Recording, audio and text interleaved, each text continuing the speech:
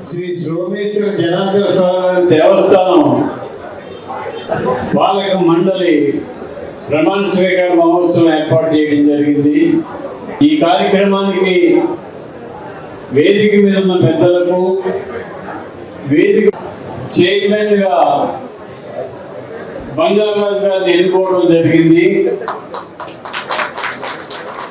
వారి ఆధ్వర్యంలో 9 సభ్యులతోటి పాలక మండలి ప్రమాణ స్వీకార మహోత్సవం జరుగుతుంది.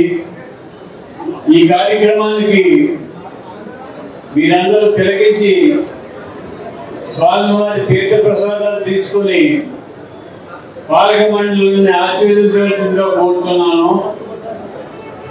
పాలక మండలి స్వామివారి అభివృద్ధి కోసం, దేవాలయం అభివృద్ధి కోసం నిరంతరం కృషి చేయాలని చెప్పి కోరుతున్నాను.